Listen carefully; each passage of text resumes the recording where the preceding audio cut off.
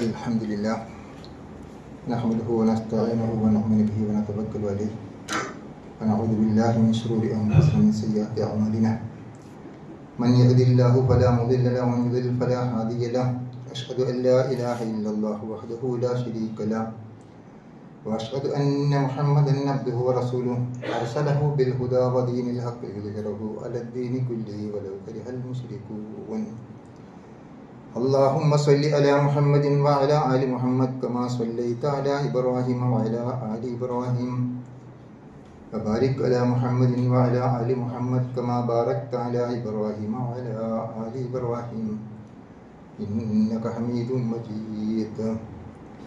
أما بعد فإن خير الحديث كتاب الله وخير الهدي هدي محمد صلى الله عليه وسلم وشر الأمور محدثاتها وكل محدثة بدعة وكل بدعة ضلالة. أيها الإخوان والأخوات أوصيكم وإياي بتقوى الله.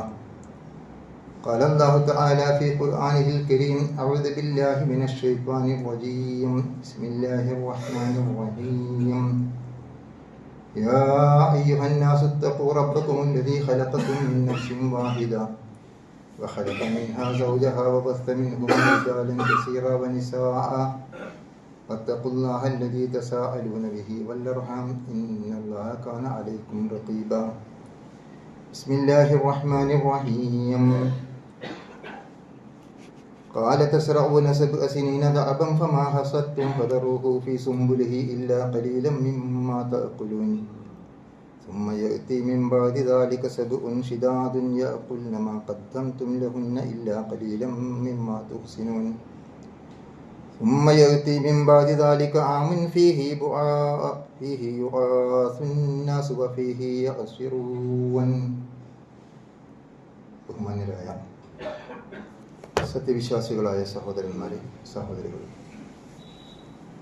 അല്ലാഹു സുബ്ഹാനഹു വ തആലയുടെ കൽപ്പനാ നിർദ്ദേശങ്ങൾ പാലിച്ചുകൊണ്ട് നമ്മുടെ ജീവിതത്തെ അങ്ങേയറ്റം സൂക്ഷ്മതയുള്ളതാക്കി മാറ്റാൻ നമ്മൾ എല്ലാ സന്ദർഭത്തിലും ശ്രദ്ധിക്കുക. ആ കാര്യം പ്രത്യേകം ഓർമ്മപ്പെടുത്തുന്നു, വസിയത്ത് ചെയ്യുന്നു. സമയത്തിൻ്റെ പ്രാധാന്യവും ഒഴിവുകാലം ഫലപ്രദമായി ഉപയോഗപ്പെടുത്തേണ്ടതിൻ്റെ ആവശ്യകതയുമാണ് കഴിഞ്ഞ ഖുതുബയിലൂടെ സൂചിപ്പിച്ചിട്ടുള്ളത്. ഇന്ന് അതുപോലെ തന്നെ ഏറ്റവും മൂല്യവത്തായിരിക്കുന്ന സമ്പത്തുമായി ബന്ധപ്പെട്ടുകൊണ്ട് ഒരു സാമ്പത്തിക വർഷത്തിൻ്റെ തുടക്കം എന്ന നിലക്ക് നമ്മുടെ കുടുംബ ബജറ്റുമായി ചില കാര്യങ്ങൾ ഓർമ്മപ്പെടുത്താനാണ് ഉദ്ദേശിക്കുന്നത്. കുടുംബ ബജറ്റ് എന്ന് പറയുമ്പോൾ നമ്മൾ മനസ്സിലാക്കേണ്ടത് ഒരു കുടുംബത്തിൻ്റെ വരുമാന മാർഗങ്ങൾ എന്തൊക്കെയാണ് എന്ന് വിലയിരുത്തിക്കൊണ്ട് നമുക്ക് വരാനിരിക്കുന്ന ചെലവിനങ്ങളെ എങ്ങനെ ക്രമീകരിക്കാൻ സാധിക്കും എന്നുള്ള പ്ലാനിംഗ് ആണ്, ആസൂത്രണമാണ് കുടുംബ ബജറ്റ് കൊണ്ട് ഉദ്ദേശിക്കുന്നത്. സർക്കാരുകൾ അവരുടേതായ ബജറ്റുകൾ അവതരിപ്പിക്കുകയും പാസ്സാക്കുകയും ചെയ്തതായി നമുക്ക് കാണാൻ സാധിക്കും. പക്ഷെ നമ്മൾ പലപ്പോഴും നമ്മുടെ കുടുംബ ബജറ്റിനെ സംബന്ധിച്ചിടത്തോളം ഗൗരവപരമായി ആലോചിക്കാറില്ല. ഇസ്ലാം സമ്പത്തിന് നൽകിയിരിക്കുന്ന പ്രാധാന്യം നമ്മൾ പരിശോധിച്ച് നോക്കിയാൽ അള്ളാഹുവിൻ്റെ ഫളിൽ, അവൻ്റെ അനുഗ്രഹം എന്നാണ് വിശേഷിപ്പിച്ചിരിക്കുന്നത്. മറ്റൊരിടത്ത് അള്ളാഹു അത് അവിവേകികൾക്ക് വിട്ടുകൊടുക്കരുത് എന്ന് പഠിപ്പിക്കുന്നുണ്ട്. അനാഥസ്വത്ത് കൈകാര്യം ചെയ്യുന്നതുമായി ബന്ധപ്പെട്ട പരാമർശങ്ങളിൽ നമുക്ക് കാണാൻ സാധിക്കും. അപ്പോൾ അവിടെ നമ്മൾ മനസ്സിലാക്കേണ്ടത് അവിവേകികൾക്ക് വിട്ടുകൊടുക്കരുത് എന്ന മെസ്സേജ് നമുക്ക് നൽകുന്നത് വിവേകത്തോടു കൂടി കൈകാര്യം ചെയ്യേണ്ടതാകുന്നു എന്നുള്ളതാണ്. മറ്റൊരു കാര്യം, സമ്പത്ത് നമ്മൾ കൈകാര്യം ചെയ്യുന്നിടത്ത് അതിൻ്റെ ആസൂത്രണം എത്ര പ്രസക്തമാകുന്നു എന്ന് നമുക്ക് ചിന്തിക്കാൻ സുപ്രധാനമായ ഒരു ചരിത്ര സംഭവം അള്ളാഹു വിശുദ്ധ ഖുർആനിൽ ഉദ്ധരിച്ചിട്ടുണ്ട്. ആമുഖമായി അത് ഓർമ്മപ്പെടുത്താനാണ് ഞാൻ ആഗ്രഹിക്കുന്നത്. യൂസുഫ് നബി അലൈഹി ഇസ്ലാമിൻ്റെ ചരിത്രം, പല പ്രവാചകന്മാരുടെയും ചരിത്രം വിശുദ്ധ ഖുർആൻ പലയിടങ്ങളിലായി ഉദ്ധരിച്ചിട്ടുണ്ട്. എന്നാൽ യൂസുഫ് നബി അലൈഹി ഇസ്ലാമിൻ്റെ ചരിത്രം പ്രധാനമായും ഒരു സൂറയിൽ തന്നെ ആദ്യം മുതൽ അവസാനം വരെ വളരെ വിശദമായി പ്രതിപാദിക്കുന്ന രൂപത്തിലാണ് നമുക്ക് കാണാൻ സാധിക്കുന്നത്. ഇതിൻ്റെ തുടക്കത്തിൽ സൂറത്ത് യൂസുഫിൻ്റെ ആരംഭത്തിൽ അല്ലാഹു സുബ്ഹാനഹു വ തആല നമ്മെ ഓർമ്മപ്പെടുത്തുകയുണ്ടായി. ലഖദ് കാന ഫി യൂസുഫ് വ ഇഖ്വതിഹി ആയാത്തുൻ ലിസ്സായിലിൻ. യൂസുഫിൻ്റെയും അദ്ദേഹത്തിൻ്റെ സഹോദരന്മാരുടെയും ചരിത്രത്തിൽ ചോദിച്ചു മനസ്സിലാക്കുന്നവർക്ക് അഥവാ അന്വേഷിച്ച് കാര്യങ്ങൾ ബോധ്യപ്പെടുന്ന ആളുകളെ സംബന്ധിച്ചിടത്തോളം അവർക്ക് ദൃഷ്ടാന്തങ്ങളുണ്ട് എന്നതാണ്. അപ്പോൾ യൂസുഫ് നബി അലൈഹി ഇസ്ലാമിൻ്റെ ചരിത്രം നമ്മൾ പരാമർശിച്ചു നോക്കിയാൽ പല സംഭവങ്ങളും ഖുർആൻ ഉദ്ധരിക്കുന്നിടത്ത് അതിൽ ഒട്ടേറെ ദൃഷ്ടാന്തങ്ങൾ നമുക്ക് കണ്ടെത്താൻ സാധിക്കും. നമ്മുടെ വിഷയവുമായി ബന്ധപ്പെട്ടിരിക്കുന്ന ഒരു കാര്യം മാത്രം സൂചിപ്പിക്കാനാണ് ഞാൻ ഉദ്ദേശിക്കുന്നത്. യൂസുഫ് അലൈഹി ഇസ്ലാം ജയിലിൽ അടയ്ക്കപ്പെട്ട ചരിത്രം നമുക്കറിയാം. ആ ജയിലിൽ വെച്ച് തന്നോടൊപ്പം ഉണ്ടായിരുന്ന ആളുകളുമായി പരിചയപ്പെടുകയും അവർക്ക് സ്വപ്ന വ്യാഖ്യാനങ്ങൾ നൽകുകയും ചെയ്ത ചരിത്രവും ഖുർആനെടുത്ത് ഉദ്ധരിച്ചിട്ടുണ്ട്. പിന്നീടുണ്ടായ സംഭവം ഈജിപ്തിലെ രാജാവ് ഒരു സ്വപ്നം കണ്ടു എന്നുള്ളതാണ്. 7 തടിച്ചു കൊഴുത്ത പശുക്കളെ 7 മെലിഞ്ഞ പശുക്കൾ തിന്നുന്നു. അതുപോലെ തന്നെ 7 പച്ചക്കതിരുകളും 7 ഉണങ്ങിയ കതിരുകളും. ഇതായിരുന്നു രാജാവിൻ്റെ സ്വപ്നം. ഫീ സബഇ ബഖറാത്തിൻ സിമാനിൻ യഅകുലുഹുന്ന സബ്ഉൻ ഇജാഫ് വസബ്ഇ സുംബുലാത്തിൻ ഖുദരിൻ വഉഖറ യാബിസാത്ത്. സൂറത്ത് യൂസുഫ് അങ്ങനെയാണ് ചരിത്രം ഉദ്ധരിച്ചിരിക്കുന്നത്. 7 തടിച്ച് കൊഴുത്ത പശുക്കളെ 7 മെലിഞ്ഞ പശുക്കൾ തിന്നുന്നു എന്നുള്ളതും 7 നല്ല പച്ചക്കതിരുകളും 7 ഉണങ്ങിയ കതിരുകളും എന്നതുമായിരിക്കുന്ന ഈ സ്വപ്നത്തിന് വ്യാഖ്യാനം നൽകണം എന്നതാണ് രാജാവ് ആ നാട്ടിലെ പ്രഗത്ഭരായ സ്വപ്ന വ്യാഖ്യാതാക്കളെ വിളിച്ചു വരുത്തിക്കൊണ്ട് ആവശ്യപ്പെട്ടത്. പക്ഷെ അവർക്കൊന്നും രാജാവിൻ്റെ സ്വപ്നത്തിന് വ്യാഖ്യാനം നൽകാൻ സാധിച്ചില്ല. അവസാനം ഇങ്ങനെ ജയിലിൽ നിന്ന് പരിചയപ്പെട്ട യൂസുഫിൻ്റെ സുഹൃത്ത്, സ്വപ്ന വ്യാഖ്യാനം അറിയുന്ന ഒരു ചെറുപ്പക്കാരൻ ജയിലറക്കുള്ളിലുണ്ട് എന്ന് പരിചയപ്പെടുത്തുകയും അദ്ദേഹത്തിൻ്റെ സമീപത്ത് ചെന്നാൽ ഇതിൻ്റെ വ്യാഖ്യാനം മനസ്സിലാക്കാൻ കഴിയുമെന്ന് ബോധ്യപ്പെടുത്തുകയും ചെയ്തതിൻ്റെ അടിസ്ഥാനത്തിൽ യൂസുഫിനെ സമീപിക്കുകയും യൂസുഫിനോട് സ്വപ്നത്തിൻ്റെ വ്യാഖ്യാനം ആവശ്യപ്പെടുകയും ചെയ്യും. നമ്മൾ കാണുന്നത് യൂസുഫ് അലൈഹി സ്വലാം ആ സ്വപ്നത്തിന് വ്യാഖ്യാനമായി പറഞ്ഞു കൊടുത്ത കാര്യം ഖുർആൻ ഉദ്ധരിക്കുന്നു. സൂറത്ത് യൂസുഫിലെ 47-ാമത്തെ വചനം, قال تزرعون 7 سنين دأبا وما حصدتم فذروه في سنبله إلا قليلا مما تأكلون. യൂസുഫ് അലൈഹി സ്വലാം പറഞ്ഞു, 7 വർഷക്കാലം നിങ്ങൾ തുടർച്ചയായി കൃഷി ചെയ്യുക. ആ തുടർച്ചയായി കൃഷി ചെയ്തിട്ടുണ്ടാവുന്ന കതിരുകളിൽ നിങ്ങൾക്ക് അത്യാവശ്യമായിരിക്കുന്ന കാര്യങ്ങൾ കഴിച്ചു ബാക്കിയുള്ളത് അതിൻ്റെ കതിരുകളിൽ തന്നെ വിട്ടേക്കുകയും ചെയ്യുക എന്നതായിരുന്നു. എന്നിട്ട് അദ്ദേഹം തുടർന്നുകൊണ്ട് പറഞ്ഞു, സുമ്മ യഅതി മിൻ ബഅദി ദാലിക സബ്ഉൻ ശിദാദുൻ യഅകുൽന മാ ഖദ്ദംതു ലഹുന്ന ഇല്ലാ ഖലീലൻ മിമ്മാ തുഹ്സിനുൻ. പിന്നീട് 7 വർഷക്കാലം വരും. അത് കഠിനമായ പ്രയാസത്തിൻ്റെ ക്ഷാമകാലമായിരിക്കും. നിങ്ങൾ കാത്തു സൂക്ഷിച്ചു വെച്ചതിൽ നിന്ന് ആവശ്യമുള്ളത് ഉപയോഗിക്കുക, അല്പം അവിടെ മാറ്റിവെക്കുകയും ചെയ്യുക. വീണ്ടും അദ്ദേഹം പറഞ്ഞു, സുമ്മ യഅതി മിൻ ബഅദി ദാലിക ആമുൻ ഫീഹി യുആസിന്നാസു ഫീഹി യഅസിറുൻ. പിന്നീട് 1 വർഷം വരും. ആ 1 വർഷം സമൃദ്ധിയുടെ കാലഘട്ടമായിരിക്കും. ധാരാളം ആ നിലക്കുള്ള ഉൽപ്പന്നങ്ങളും കാര്യങ്ങളും ഒക്കെ ഉണ്ടാകും എന്ന് വിശദീകരിച്ചു. പ്രിയപ്പെട്ടവരെ, നമ്മൾ ആലോചിച്ച് നോക്കുക. ഇവിടെ ഈജിപ്തിലെ രാജാവ് കണ്ടിരിക്കുന്ന സ്വപ്നത്തിന് യൂസുഫ് എന്ന ജയിൽ പുള്ളി നൽകിയിരിക്കുന്ന വിശദീകരണമാണ് വിശുദ്ധ ഖുർആൻ എടുത്ത് ഉദ്ധരിച്ചിരിക്കുന്നത്. യൂസുഫിൻ്റെ ചരിത്രത്തിൽ നിങ്ങൾക്ക് ദൃഷ്ടാന്തമുണ്ട് എന്നാണല്ലോ ഖുർആൻ ആമുഖമായി പറഞ്ഞത്. അപ്പോൾ ഇവിടെ നമുക്കുള്ള ദൃഷ്ടാന്തം എന്താണ് എന്നാണ് നമ്മൾ പരിശോധിക്കേണ്ടത്. അവിടെ നമുക്ക് ബോധ്യപ്പെടും, അദ്ദേഹം വിശദീകരിച്ചു കൊടുത്തത് 7 വർഷക്കാലം നന്നായിട്ട് കാർഷികോൽപ്പന്നങ്ങൾ ഉണ്ടാകും, രാജ്യത്ത് സമ്പൽ സമൃദ്ധി ഉണ്ടാകും, ക്ഷേമകാലഘട്ടമായിരിക്കും. പക്ഷേ അന്ന് കിട്ടുന്നത് മുഴുവൻ എടുത്ത് ചെലവഴിച്ചുകൊണ്ട് ദൂർത്തടിക്കാൻ പാടില്ല. വളരെ കൃത്യമായി പ്ലാൻ ചെയ്തുകൊണ്ട് ആവശ്യത്തിന് ഉപയോഗിക്കുകയും അന്നത്തെ സംവിധാനം അനുസരിച്ചുകൊണ്ട് കതിരുകളിൽ തന്നെ അത് കേടുകൂടാതെ സൂക്ഷിക്കുകയും ചെയ്യുക എന്നാണ് അദ്ദേഹം നൽകിയിരിക്കുന്ന ഉപദേശം. പിന്നീട് 7 വർഷക്കാലം കഷ്ടപ്പാടും ദുരിതവും ക്ഷാമവും നിറഞ്ഞു നിൽക്കുന്ന വർഷമാണ്. അന്ന് അതിൽ നിന്ന് ആവശ്യത്തിനെടുത്ത് ഉപയോഗിക്കുക, വിത്തിനും മറ്റു കാര്യങ്ങൾക്കും ഒക്കെ വേണ്ട കുറച്ച് കാര്യങ്ങൾ മാറ്റി വെച്ചുകൊണ്ട് നിങ്ങളുടെ ആവശ്യത്തിന് വേണ്ടി ഉപയോഗിക്കുകയും ചെയ്യുക. 14 വർഷം കഴിഞ്ഞ് വീണ്ടും 1 വർഷം വരും. അത് സമൃദ്ധിയുടെ കാലഘട്ടമായിരിക്കും. അന്ന് ഇഷ്ടം പോലെ അത്തരത്തിലുള്ള കൈകനികളും നമുക്ക് ജ്യൂസും മറ്റു കാര്യങ്ങളൊക്കെ എടുക്കാൻ പറ്റുന്ന രൂപത്തിലുള്ള സംവിധാനങ്ങളും ഉണ്ടാകും എന്നൊക്കെ വിശദീകരിച്ചു. ഈ സന്ദർഭത്തിൽ ആ സ്വപ്നത്തിന് വ്യാഖ്യാനം നൽകിയിരിക്കുന്ന ഈ വ്യാഖ്യാനം കേട്ട് സംതൃപ്തനായിരിക്കുന്ന രാജാവ് അദ്ദേഹത്തെ വിളിച്ചു വരുത്തിക്കൊണ്ട് കാര്യങ്ങൾ സമർപ്പിക്കുന്നു. യൂസുഫ് അലൈഹിസ്സലാം അവരോട് പറഞ്ഞിരിക്കുന്നൊരു മറുപടിയുണ്ട്. തുടർന്നുകൊണ്ട് അള്ളാഹു അവിടെ സൂചിപ്പിക്കുന്ന നമുക്ക് കാണാൻ സാധിക്കും. യൂസുഫ് അലൈഹിസ്സലാം അവരോട് പറഞ്ഞത്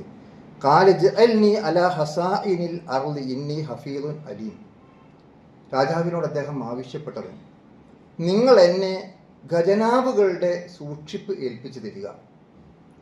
ഞാൻ ഏറ്റവും വിവരമുള്ള വിവേകത്തോടുകൂടി ഒരു സൂക്ഷിപ്പുകാരനായി നിങ്ങൾക്ക് എന്നെ കാണാൻ സാധിക്കും എന്നാണ്.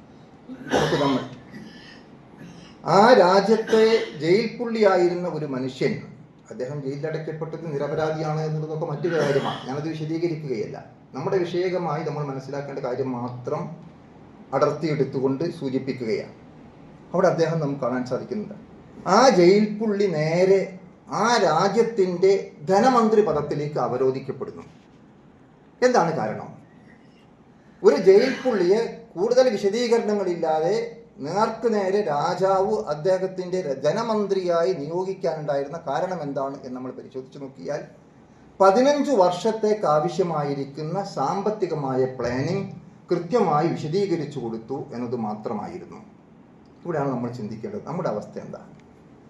15 വർഷം പോയിട്ട് ഒരു മാസത്തേക്കുള്ള വല്ല സാമ്പത്തിക പ്ലാനും നമ്മുടെ കൈവശമുണ്ടോ? ഇതാണ് നമ്മൾ പരിശോധിക്കേണ്ടത്. എൻ്റെയും നിങ്ങളുടെയും ജീവിതത്തിൽ അങ്ങനെ ഒരു പ്ലാനിങ്, കൃത്യമായി ഒരു വർഷത്തേക്കുള്ള ഒരു സാമ്പത്തികമായ പ്ലാനിങ് എങ്കിലും നമ്മൾ ഈ സാമ്പത്തിക വർഷത്തിൻ്റെ തുടക്കത്തിൽ നമുക്ക് എന്തെല്ലാം വരുമാന മാർഗങ്ങളുണ്ട്? ശമ്പളമാകാം, കൂലിയാകാം, കൃഷിയിലൂടെയാകാം, മറ്റു വരുമാന മാർഗങ്ങളാകാം, കച്ചവടത്തിലൂടെയാകാം. അങ്ങനെയുള്ള ഏതേത് മേഖലകളിലൊക്കെ നമുക്ക് ഉപജീവന മാർഗത്തിൻ്റെ വഴികളുണ്ടോ? നമ്മുടെ കുടുംബത്തിലെ അംഗങ്ങൾക്ക് ഓരോരുത്തർക്കും എന്തുമാത്രം വരുമാനമുണ്ടോ? ആ വരുമാനം എത്രത്തോളം ഉണ്ടാകുമെന്ന് കണക്ക് കൂട്ടി നോക്കി സ്വാഭാവികമായും വരാനിരിക്കുന്ന ചെലവുകൾ, ആ ചെലവുകൾ ഏതൊക്കെ തരത്തിലുള്ളതാണ് എന്ന് പരിശോധിച്ച് നിരന്തരമായി നമുക്ക് ആവശ്യമായുള്ള സ്ഥിരമായി വഹിക്കേണ്ട ചെലവുകൾ, കറണ്ട് ബില്ലാകാം, വെള്ളത്തിന് ചാർജാകാം, വാടകയാകാം, അല്ലെങ്കിൽ അതുപോലെ ഗ്യാസിൻ്റെ വേണമാകാം, ഇങ്ങനെ ദിവസം അല്ലെങ്കിൽ നിത്യമായി മാസത്തിൽ നമ്മൾ കൊടുക്കേണ്ട ചെലവുകൾ എന്തൊക്കെ, ഭക്ഷണത്തിനാവശ്യമായിരിക്കുന്ന ചെലവുകൾ എന്തൊക്കെ, മറ്റ് അത്യാവശ്യമായ ചെലവുകൾ എന്തൊക്കെ, ചികിത്സക്ക് ആവശ്യമായിരിക്കുന്ന പണം എന്തൊക്കെ, അവസാനം നമുക്ക് കരുതി വെക്കാനുള്ള പണം എത്ര ഉണ്ടാകും എന്നൊക്കെ കണക്ക് കൂട്ടി ആ സമ്പത്തിൻ്റെ വരുമാന മാർഗങ്ങളെയും ചിലവിനങ്ങളെയും ക്രമീകരിച്ചുകൊണ്ട് മുന്നോട്ട് പോകുവാൻ എൻ്റെയും നിങ്ങളുടെയും ജീവിതത്തിൽ എന്തൊരു പ്ലാനാണുള്ളത് എന്നാണ് നമ്മൾ വിനീതമായി ഈ സന്ദർഭത്തിൽ ചിന്തിക്കണം എന്ന് ഓർമ്മപ്പെടുത്താൻ ഞാൻ ആഗ്രഹിക്കുന്നത്. അപ്പോൾ ഇത് വളരെ കൃത്യമായ ഒരു കാഴ്ചപ്പാട്. ഒരു മനുഷ്യൻ ജയിലറയിൽ നിന്ന് ആ രാജ്യത്തിൻ്റെ ധനമന്ത്രി പദത്തിലേക്ക് ഉയർത്തപ്പെട്ട ചരിത്രം അള്ളാഹുവിന് അദ്ദേഹത്തിൻ്റെ ചരിത്രത്തിൽ ദൃഷ്ടാന്തമുണ്ട് എന്ന് പഠിപ്പിച്ചുകൊണ്ട് നമ്മുടെ മുമ്പിൽ തുറന്നു വെക്കുന്നു എങ്കിൽ ഈ ചരിത്ര സംഭവം നമുക്ക് കേട്ടാസ്വദിക്കാനുള്ളതല്ല, മറിച്ച് അതിൽ നമുക്ക് പാഠം ഉൾക്കൊള്ളാൻ എന്താണുള്ളത് എന്ന് നമ്മൾ വിലയിരുത്തേണ്ടതുണ്ട് എന്ന് മാത്രം സൂചിപ്പിക്കുകയാണ്. ആ നിലയ്ക്ക് നമ്മൾ പരിശോധിച്ച് നോക്കുക. അപ്പോൾ നമ്മൾ പലപ്പോഴും കാണും, വരുമാനമാണല്ലോ ആദ്യത്തെ മാർഗം. വരുമാനത്തെ സംബന്ധിച്ചിടത്തോളം ഇസ്ലാമിന് വ്യക്തമായ കാഴ്ചപ്പാടുണ്ട്. ധനസമ്പാദനം ഹലാലായ മാർഗത്തിലൂടെ ആയിരിക്കണം എന്നുള്ളതാണ്. നിഷിദ്ധമായ മാർഗത്തിലൂടെയുള്ള ഒരു ധനസമ്പാദന മാർഗവും ഇസ്ലാം അംഗീകരിക്കുന്നില്ല. നമ്മൾ ആലോചിച്ച് നോക്കൂ, ഇന്ന് നമ്മൾ പലപ്പോഴും നമ്മൾ ആവശ്യത്തിലേറെ ആഡംബരത്തിനു വേണ്ടി, ദൂർത്തിനു വേണ്ടി, പൊങ്ങച്ചത്തിനു വേണ്ടി പണം ചെലവഴിക്കാൻ, പണം കണ്ടെത്തുവാൻ വേണ്ടി കുറുക്കു വഴികൾ തേടുകയാണ്. പ്രവാചകൻ സല്ലല്ലാഹു അലൈഹി വസല്ലം തിരുമേനി ഒരു മനുഷ്യനെ ചൂണ്ടിക്കാണിച്ചുകൊണ്ട് പറഞ്ഞ സംഭവം നമ്മൾ പലപ്പോഴും ഉദ്ധരിച്ചതാണ്. ഹദീസുകളിൽ നമുക്ക് കാണാൻ സാധിക്കും. ആ മനുഷ്യൻ ദീർഘദൂരം യാത്ര ചെയ്തതിൻ്റെ അടയാളങ്ങളുണ്ട്. അദ്ദേഹത്തിൻ്റെ മുടി ജട പിടിച്ചിരിക്കുന്നു, അദ്ദേഹത്തിൻ്റെ വസ്ത്രത്തിൽ അഴുക്കുകളുണ്ട്, അദ്ദേഹം യാ റബ്ബി യാ റബ്ബി എന്ന് പടച്ച തമ്പുരാനെ വിളിച്ച് ഇങ്ങനെ പ്രാർത്ഥിച്ചു കൊണ്ടിരിക്കുന്നു. പക്ഷെ പ്രവാചകൻ വിശദീകരിക്കുകയാണ്, ആ മനുഷ്യൻ്റെ മത്അമുഹു ഹറാം, അദ്ദേഹത്തിൻ്റെ ഭക്ഷണം ഹറാമാണ്, അദ്ദേഹം മഷ്റബഹു ഹറാം, അദ്ദേഹത്തിൻ്റെ പാനീയം ഹറാമാണ്, വമൽബസുഹു ഹറാം, അദ്ദേഹത്തിൻ്റെ വസ്ത്രം ഹറാമാണ്, അദ്ദേഹത്തിൻ്റെ ശരീരത്തിലെ ഓരോ കോശങ്ങളും വളർന്നു വരുന്നത് ഹറാമായ ധനസമ്പാദന മാർഗത്തിലൂടെ സമ്പാദിച്ചെടുത്തിരിക്കുന്ന പണം കൊണ്ടുണ്ടായതാണ്. എന്നിട്ട് പ്രവാചകൻ ചോദിക്കുന്നു, അദ്ദേഹത്തിൻ്റെ പ്രാർത്ഥനയ്ക്ക് എങ്ങനെ ഉത്തരം കിട്ടാനാണോ? സഹോദരികൾ, നമ്മൾ ആലോചിച്ച് നോക്കും. ഒരു മനുഷ്യനെ വളരെ മനോഹരമായി വരച്ച് കാണിച്ചുകൊണ്ടാണ് പ്രവാചകൻ പറഞ്ഞത് ഈ സംഭവം. അഥവാ ധനസമ്പാദന മാർഗങ്ങൾ നിഷിദ്ധമായ മാർഗത്തിലൂടെ അതെന്തെന്തെല്ലാം മാർഗങ്ങൾ ഇന്ന് നമ്മുടെ സമൂഹത്തിൽ പലിശയാകട്ടെ, ചൂതാട്ടമാകട്ടെ, തട്ടിപ്പാകട്ടെ, വെട്ടിപ്പാകട്ടെ, ഏതെല്ലാം രംഗത്തുള്ള എന്തെല്ലാം കൃത്രിമത്വങ്ങളുണ്ടോ അത്തരം മാർഗങ്ങളിലൂടെ ഒക്കെ പണം സമ്പാദിക്കുകയും ഇഷ്ടം പോലെ കഴിഞ്ഞുകൂടുകയും ചെയ്യുന്നു. നമ്മൾ ആലോചിച്ച് നോക്കൂ, പ്രവാചകന്റെ കാലഘട്ടത്തിൽ നമുക്ക് സ്വഹാബ വനിതകൾ രാവിലെ ഉപജീവന മാർഗം തേടിക്കൊണ്ട് പുറത്തു പോകുന്ന സ്വന്തം ഭാര്യമാരെ കുറിച്ചുകൊണ്ട് പറയുന്ന കാര്യം നമുക്ക് ആ ചരിത്രത്തിൽ വായിക്കാൻ സാധിക്കും. രാവിലെ എഴുന്നേറ്റുകൊണ്ട് ഉപജീവന മാർഗം തേടി പണം അന്വേഷിച്ചുകൊണ്ട് പുറത്തു പോകുന്ന ഭർത്താവിനോട് വിനീതമായൊരു ഭാര്യ ആവശ്യപ്പെടുകയാണ്, ഇത്തഖില്ലാഹ വകസ്ബൽ ഹറാം, എൻ്റെ ആദരണീയനായ ഭർത്താവെ, അങ്ങ് അള്ളാഹുവിനെ സൂക്ഷിക്കണം, ഹറാമായ മാർഗത്തിലൂടെയുള്ള ധനസമ്പാദന മാർഗങ്ങളെയും സൂക്ഷിക്കണം. നമുക്കാർക്കെങ്കിലും അങ്ങനെ ഒരു അനുഭവം ഉണ്ടോ? വൈകുന്നേരം വരുമ്പം പലതും വാങ്ങിക്കൊണ്ടുവരണമെന്നും പലതും പൊളിച്ച് മറ്റേതാക്കണമെന്നും വീട് പൊളിച്ച് അങ്ങനെയാക്കണമെന്നും വാഹനം മാറ്റി ഇങ്ങനെ വാങ്ങണമെന്നും ഒക്കെയുള്ള, വീട്ടിൽ ഒരു കേടുമില്ലാത്ത ഫർണിച്ചർ മാറ്റി വാങ്ങണമെന്നും ഒക്കെയുള്ള ഒരുപാട് ലിസ്റ്റുകളും ഒരുപാട് ആവശ്യങ്ങളും നമ്മുടെ മുമ്പിൽ നിരത്തി വെക്കുന്ന ഭാര്യമാരെ അല്ലാതെ ഭർത്താവെ അങ്ങ് എങ്ങനെയാണ് സമ്പാദിച്ചുണ്ടാക്കുന്നത്, ഹലാലായ മാർഗത്തിലൂടെ മാത്രമായിരിക്കണം എന്ന് പറയുന്ന ഏതെങ്കിലും ഭാര്യമാരെ പലപ്പോഴും നമുക്ക് ചൂണ്ടിക്കാണിക്കാൻ സാധിക്കുമോ? നമ്മുടെയൊക്കെ കുടുംബത്തിൽ പലപ്പോഴും ഒറ്റപ്പെട്ട സംഭവമായിരിക്കും അത്. ആ പെണ്ണ് പറഞ്ഞതിന് അവൾ ന്യായം പറഞ്ഞിട്ടുണ്ട്. എന്താ ആ പെണ്ണ് പറഞ്ഞിരിക്കുന്ന ന്യായമെന്ന് നമ്മൾ പരിശോധിച്ച് നോക്കൂ. ഭർത്താവേ, ഞങ്ങൾ എത്ര വേണമെങ്കിലും വിശപ്പ് സഹിച്ചു കൊള്ളാം, പക്ഷെ നരകം തങ്ങൾക്ക് സഹിക്കാൻ കഴിയില്ല. കാരണം ഹറാമായ മാർഗത്തിലൂടെ അങ്ങ് സമ്പാദിച്ചു കൊണ്ടുവന്ന എനിക്കും മക്കൾക്കും തീറ്റിപ്പോറ്റാൻ, തിന്നാനും കുടിക്കാനും തന്നാൽ, അതിലൂടെ ഞങ്ങൾക്ക് വേണ്ട ഭൗതിക സൗകര്യങ്ങൾ ഒരുക്കി തന്നാൽ, അതിലൂടെ ഞങ്ങളുടെ വയറ്റിൽ നിറയ്ക്കപ്പെടുന്ന നരകാഗ്നിയായിരിക്കും, അത് ഞങ്ങൾക്ക് സഹിക്കാൻ കഴിയില്ല. വിശപ്പ് എത്ര വേണമെങ്കിലും ഞങ്ങൾ സഹിച്ചു കൊള്ളാം എന്നാണ് പറയുന്നത്. നമ്മൾ ആലോചിച്ച് നോക്കൂ, 75,000 രൂപ ശമ്പളം വാങ്ങുന്ന ഒരു ഉദ്യോഗസ്ഥൻ ലക്ഷക്കണക്കിൽ രൂപ ചെലവഴിച്ചുകൊണ്ട് തൻ്റെ കുടുംബം പോറ്റുമ്പോൾ ഏതെങ്കിലും ഭാര്യ ചോദിച്ചിട്ടുണ്ടോ നിങ്ങൾക്ക് എവിടെ നിന്ന് കിട്ടി ഈ പണം എന്നോ? ഉള്ളത് മുഴുവനും വിറ്റ് വിശക്ക് വേണ്ടി കൊടുത്ത് ഗൾഫിൽ പറഞ്ഞയച്ച് 1 വർഷം കഴിഞ്ഞ് ഭർത്താവ് തിരിച്ചു വന്ന് ഇവിടെ പണം കൊണ്ട് ദൂർത്തടിച്ചുകൊണ്ട് കൂത്താടുമ്പോൾ ഏതെങ്കിലും ഭാര്യ വിനീതമായി ചോദിച്ചിട്ടുണ്ടോ, ഭർത്താവെ നിങ്ങൾക്ക് 1 കൊല്ലം കൊണ്ട് ഇത്രയൊക്കെ പണം എവിടെ നിന്നാണ് കിട്ടിയത്, ഗൾഫിൽ ഇങ്ങനെ സ്വർണം വാരി കൊണ്ടുവരികയാണോ എന്ന് ഏതെങ്കിലും ഭാര്യ ചോദിച്ച അനുഭവം നമുക്കുണ്ടോ? ഇവിടെയാണ് നമ്മൾ പരിശോധിക്കേണ്ടത്. അപ്പോൾ വളരെ കൃത്യമായി ധനസമ്പാദന മാർഗത്തെ സംബന്ധിച്ചിടത്തോളം വളരെ വ്യക്തമായ കാഴ്ചപ്പാടാണ് ഇസ്ലാം മാനവതയുടെ മുമ്പിൽ സമർപ്പിച്ചിരിക്കുന്നത്. ഹറാമായ മാർഗത്തിലൂടെയുള്ള ധനസമ്പാദന മാർഗം ഉണ്ടാകരുത് എന്ന്. ഇനി നോക്കൂ, നമ്മൾ മറ്റൊരു സംഭവം കൂടി നമ്മൾ ചേർത്ത് വെച്ച് വായിക്കുമ്പോൾ നമുക്ക് കാര്യങ്ങൾ മനസ്സിലാക്കാൻ സാധിക്കും. പണം നമ്മൾ എങ്ങനെ കൈകാര്യം ചെയ്യണം. ഇനി നമുക്ക് ആ കാഴ്ചപ്പാടാണ് നഷ്ടപ്പെട്ടത്. ആ പണം കൈകാര്യം ചെയ്യുന്നിടത്ത് നമുക്ക് ഒരു സംഭവം വായിക്കാൻ സാധിക്കും. സുദീർഘമായ ഒരു നബി വചനം നമ്മൾ പലപ്പോഴും കേട്ടതാണ്. ബുഹാരിയും മുസ്ലിമും രേഖപ്പെടുത്തിയിരിക്കുന്ന ഹദീസാണ്. അതിൽ പറയുന്നത് എന്താണ്? 3 ആളുകൾ ഒരു ഗുഹയിൽ അകപ്പെട്ടു പോയ സംഭവമാണ്. ഗുഹാമുഖം കല്ല് വന്ന് അടഞ്ഞുപോയി. ആ ഗുഹയിൽ നിന്ന് രക്ഷപ്പെടാൻ മാർഗങ്ങളില്ല. ഈ 3 ആളുകൾ ആലോചിച്ചു, നമ്മൾ എന്ത് ചെയ്യും? അവർ തീരുമാനിച്ചു അള്ളാഹുവിനോട് ദുആ ചെയ്യാം. അപ്പോൾ 3 ആളുകളും തീരുമാനിച്ചത് നമ്മുടെ ഓരോരുത്തരുടെയും ജീവിതത്തിലുള്ള ഏറ്റവും പ്രധാനപ്പെട്ട സൽക്കർമ്മം, സാലിഹായ അമലുകൾ എടുത്ത് ഉദ്ധരിച്ചുകൊണ്ട് എൻ്റെ ജീവിതത്തിൽ പടച്ചോനെ ഞാൻ ഇന്നെന്ന കാര്യം ചെയ്തിരിക്കുന്നു, അത് നിന്റെ പ്രീതി മാത്രം കാംക്ഷിച്ചുകൊണ്ടാണ്, അതുകൾ ഞങ്ങളുടെ ഈ വിഷമത്തിൽ നീക്കിത്തരണമേ എന്ന് 3 ആളുകളും പ്രാർത്ഥിക്കാൻ വേണ്ടി തീരുമാനിച്ചു. 2 ആളുകളുടെ പ്രാർത്ഥനയുടെ ഫലമായി കല്ല് കുറെ ഭാഗം നീങ്ങി. അവസാനം 3-ാമത്തെ ആളുടെ പ്രാർത്ഥന, അതാണ് നമ്മുടെ വിഷയവുമായി ബന്ധപ്പെട്ടുകൊണ്ട് ഉണർത്താൻ ഞാൻ ആഗ്രഹിക്കുന്നത്. അദ്ദേഹം പറഞ്ഞു, വഖാല സാലിസ് അല്ലാഹുമ്മ ഇന്നി ഇസ്തഅജറതു അജ്റാ, ഞാൻ കുറെ തൊഴിലാളികളെ പണിക്ക് വേണ്ടി വിളിച്ചു. വഅതൈതും അജ്റഹും ഗൈറ റജുലിൻ വാഹിദ്, അവർക്കെല്ലാവർക്കും ഞാൻ കൂലി കൊടുത്തു, ഒരാൾ മാത്രം കൂലി വാങ്ങാതെ തറക്കല്ലദീ ദഹബ, അദ്ദേഹം കൂലി വാങ്ങാതെ പോയി കളഞ്ഞു. കുറെ പണിക്കാരെ വിളിച്ചു, അവർക്കൊക്കെ ഞാൻ വൈകുന്നേരം കൂലി കൊടുത്തു, ഒരാൾ എന്ത് ചെയ്തു? കൂലി വാങ്ങാതെ എൻ്റെ അടുത്ത് നിന്ന് പോയി.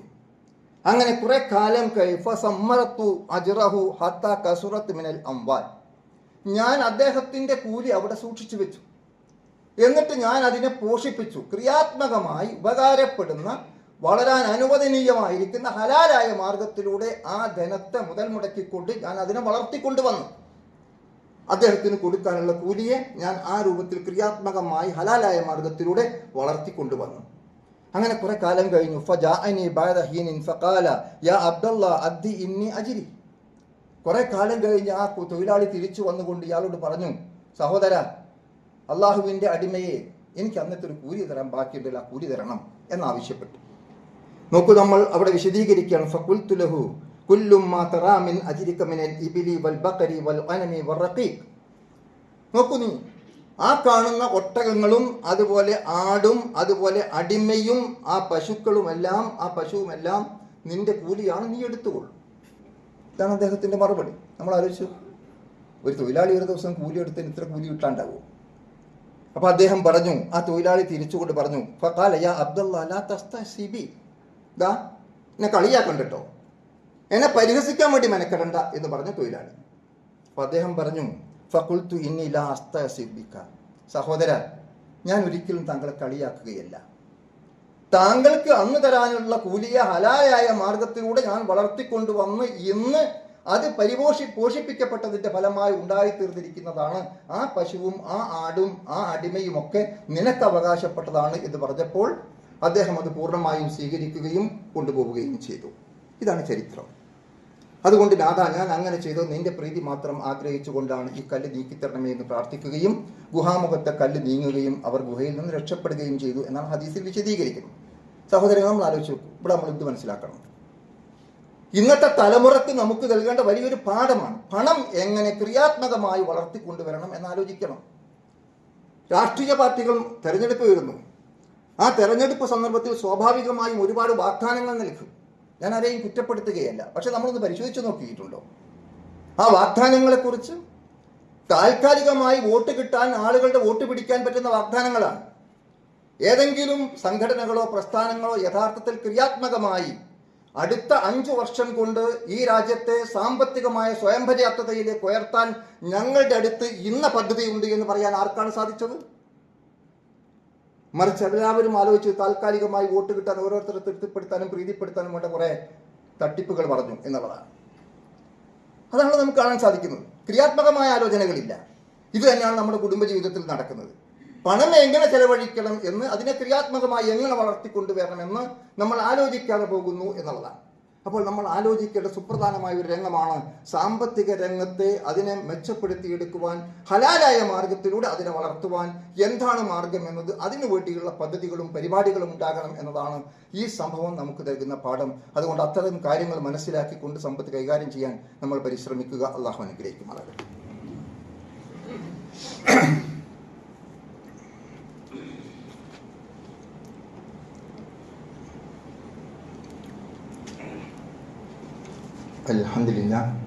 അൽഹംദുലില്ലാഹി റബ്ബിൽ ആലമീൻ വസ്സലാത്തു വസ്സലാമു അലാ റസൂലിഹിൽ അമീൻ വഅലാ ആലിഹി വസഹ്ബിഹി അജ്മഈൻ. അമ്മാ ബഅദ്. അയ്യുഹൽ ഇഖ്വാൻ വൽ അഖ്വാതു ഉസീകും വഇയ്യാ ബിത്തഖ്വല്ലാഹ്. ഖാല അല്ലാഹു തആല ഫീ ഖുർആനിഹിൽ കരീം അഊദു ബില്ലാഹി മിനശ് ശൈത്താനിർ റജീം. ബിസ്മില്ലാഹിർ റഹ്മാനിർ റഹീം. അൽഹാകുമുത് തകാസുർ ഹത്താ സുർതുമുൽ മഖാബിർ കല്ലാ സൗഫ തഅലമൂന സുമ്മ കല്ലാ സൗഫ തഅലമൂൻ. ബഹുമാന്യരായ സഹോദരങ്ങളെ, സർവശക്തനായ അള്ളാഹുവിൻ്റെ വിധിവിലക്കുകളനുസരിച്ച് അങ്ങേറ്റം തഖ്വയോടെ ജീവിക്കുവാൻ ഒന്നുകൂടി എന്നെയും നിങ്ങളെയും വസിയത്ത് ചെയ്യുന്നു. അപ്പോൾ കുടുംബ ബജറ്റുമായി ബന്ധപ്പെട്ടുകൊണ്ട് ആലോചിക്കുമ്പോൾ വരുമാനമാണ് ഏറ്റവും പ്രധാനമെന്നും ആ വരുമാനത്തിന് അടിസ്ഥാനപരമായി ഹലാലായ മാർഗത്തിലൂടെ ആയിരിക്കണമെന്നും അതുപോലെ തന്നെ പണം ക്രിയാത്മകമായി വളർത്താനുള്ള പദ്ധതികളാണ് നമ്മുടെ ഭാഗത്തുണ്ടാകേണ്ടത് എന്നതുമാണ് നമ്മൾ സൂചിപ്പിച്ചത്. ഇനി നമുക്ക് ആലോചിക്കുവാനുള്ള ധനത്തിൻ്റെ വിനിയോഗമാണ്. അത് നമ്മൾ ആവശ്യത്തിന് വേണ്ടി ചെലവഴിക്കുന്നിടത്ത് വളരെ കൃത്യമായ കാഴ്ചപ്പാടുകളാണ്. അല്ലാഹു നമ്മളോട് പറഞ്ഞു, അൽഹാകുമുത് തകാസുർ. യഥാർത്ഥത്തിൽ പരസ്പരം പെരുമ നടിക്കുന്ന ആളുകൾ അശ്രദ്ധയിലായിരിക്കുന്നു. ഇന്നത്തെ മനുഷ്യൻ്റെ സ്വഭാവമാണ്. മറ്റുള്ളവരെ കുറിച്ച് കണ്ട് അതിനനുസരിച്ച് കൊണ്ട് അവരോട് ഒപ്പിക്കാനുള്ള, മറ്റുള്ളവരോട് ബാലൻസ് ചെയ്യാനുള്ള ആ പെരുമ നടിക്കുന്ന സ്വഭാവമാണ് നമ്മൾ കണ്ടുവരുന്നത്. പക്ഷേ ഹത്താ സുർതുമുൽ മഖാബിർ, ആ പെരുമ നടിക്കൽ എത്ര വരെയുള്ളൂ? അവരുടെ ഖബറുകൾ അവർ കാണുന്നത് വരെ, അത് സന്ദർശിക്കുന്നത് വരെ മാത്രമാണ്. അഥവാ നമ്മുടെ ഖബറിടങ്ങളിൽ നമ്മൾ മറമാടപ്പെടുന്നത് വരെ മാത്രമാണ് നമുക്ക് പെരുമ നടിക്കാനുള്ളത്.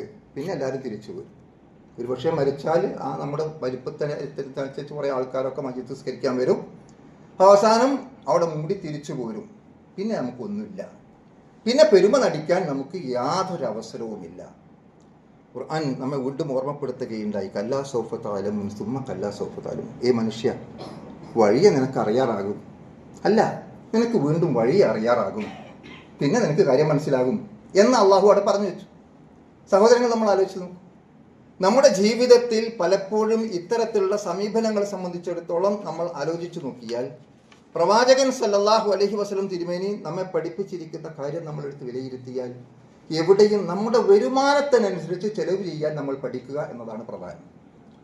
സൂറത്തു തലാഖ്, വിവാഹമോചനവുമായി ബന്ധപ്പെട്ട, വിവാഹമോചിതക്ക് നൽകേണ്ട ചെലവിന് കൊടുക്കുന്നതുമായി ബന്ധപ്പെട്ട കാര്യങ്ങൾ ഖുർആൻ പരാമർശിക്കുന്നിടത്ത് ഒരു പ്രയോഗം നമുക്ക് കാണാൻ സാധിക്കും.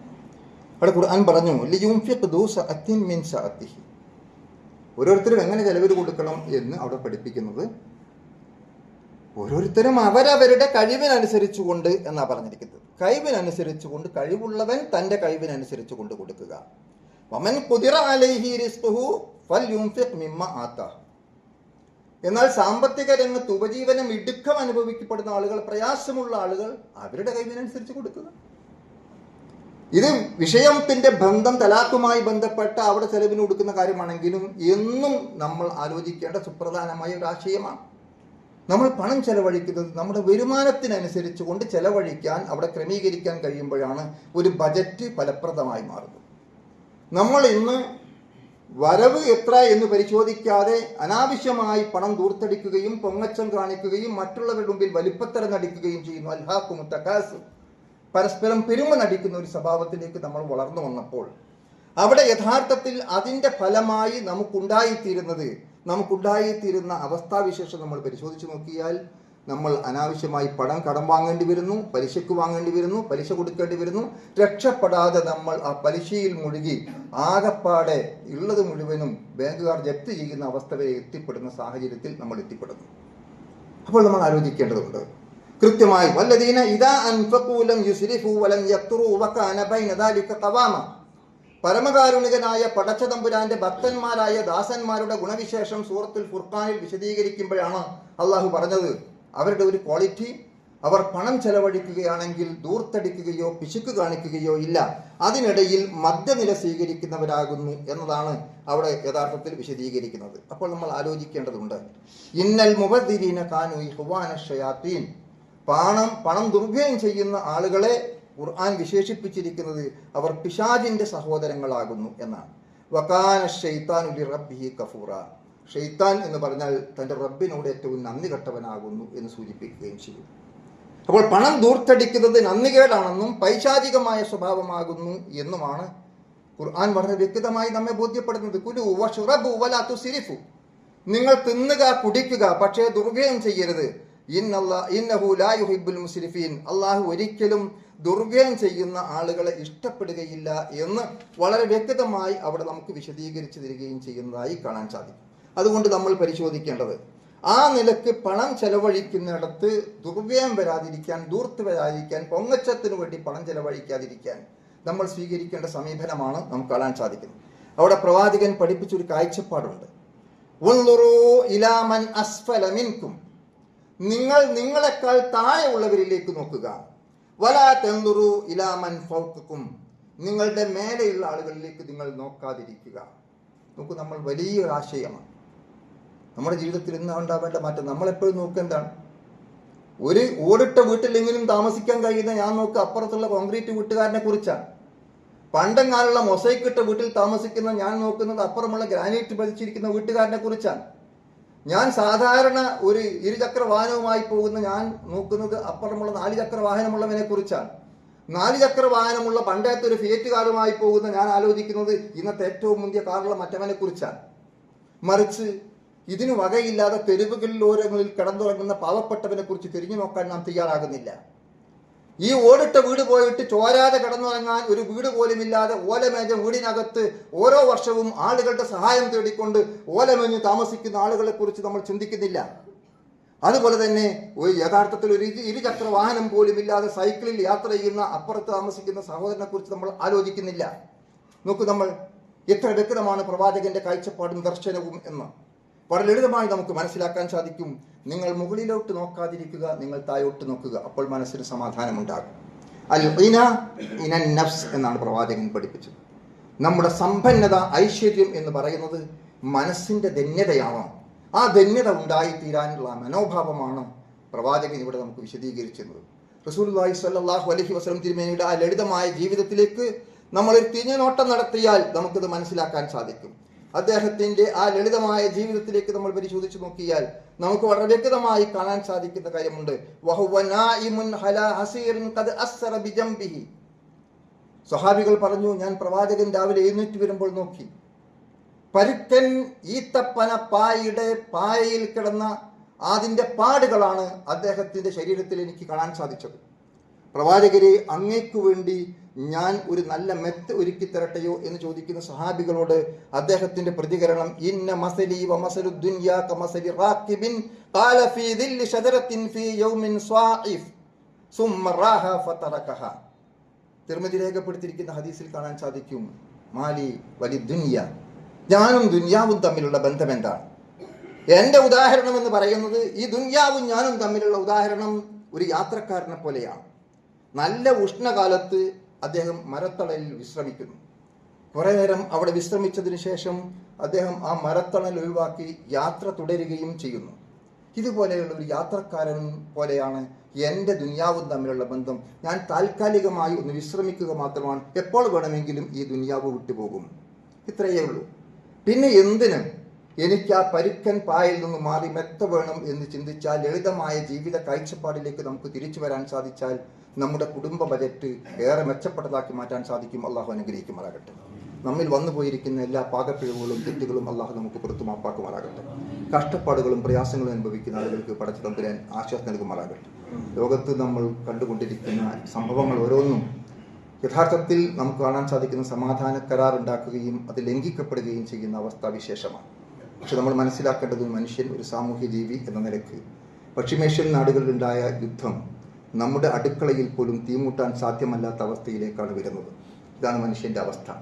അത് മനസ്സിലാക്കിക്കൊണ്ട് ആത്മാർത്ഥമായി നമ്മൾ ദുആ ചെയ്യുക. എല്ലാ പ്രതിസന്ധികളും അള്ളാഹു നീക്കിത്തരികയും ലോകത്ത് സമാധാനവും ശാന്തിയും നിലനിൽക്കാൻ അനുഗ്രഹിക്കുകയും ചെയ്യുമാറാകട്ടെ. രോഗം കൊണ്ട് ബുദ്ധിമുട്ടുന്ന ഒട്ടനവധി സഹോദരി സഹോദരങ്ങൾ നമ്മളോടൊപ്പമുണ്ട്. നമ്മുടെ ഒരു പ്രാസ്ഥാനിക ബന്ധുവിൻ്റെ ഏറ്റവും പ്രയാസം അനുഭവിക്കുന്ന ഒരാൾക്ക് വേണ്ടി ദുആ ചെയ്യാൻ പ്രത്യേകം ആവശ്യപ്പെട്ടിട്ടുണ്ട്. അവരുടെയും മറ്റു രോഗികളുടെയും എല്ലാം രോഗം അള്ളാഹു ഷിഫിയാക്കി കൊടുക്കുമാറാകട്ടെ. കുടുംബക്കാർ, സ്വന്തക്കാർ, ബന്ധുക്കൾ പലരും മരണപ്പെട്ടു പോയിട്ടുണ്ട്. അവർക്കെല്ലാം അള്ളാഹു മഗ്ഫിറത്തും റഹ്മത്തും പ്രദാനം ചെയ്യുമാറാകട്ടെ. അല്ലാഹു മഗ്ഫിർ ലിൽ മുഅ്മിനീന വൽ മുഅ്മിനാത്ത് വൽ മുസ്ലിമീന വൽ മുസ്ലിമാത്ത് അൽഅഹ്യാഇ മിൻഹും വൽ അംവാത്ത് ഇന്നക മുജീബുദ് ദഅവാതി യാ ഖാദിയൽ ഹാജാത്ത്. اللهم اغفر لنا ولوالدينا رب ارحمهما كما ربيانا صغارا. اللهم اهدنا للكتاب والسنة. اللهم اجرنا من النار. اللهم اجرنا من النار. اللهم اجرنا من النار. توفنا مسلمين والحقنا بالصالحين. اللهم اعز الاسلام والمسلمين واذل الشرك والمشركين. اللهم انصر اخواننا في كل مكان. اللهم انصر اخواننا في كل مكان. اللهم انصر اخواننا في كل مكان. ربنا تقبل منا انك انت السميع العليم وتب علينا انك انت التواب الرحيم. ربنا هب لنا من ازواجنا وذرياتنا قرة اعين واجعلنا للمتقين اماما. ربنا آتنا في الدنيا حسنة وفي الآخرة حسنة وقنا عذاب النار. آمين برحمتك يا ارحم الراحمين.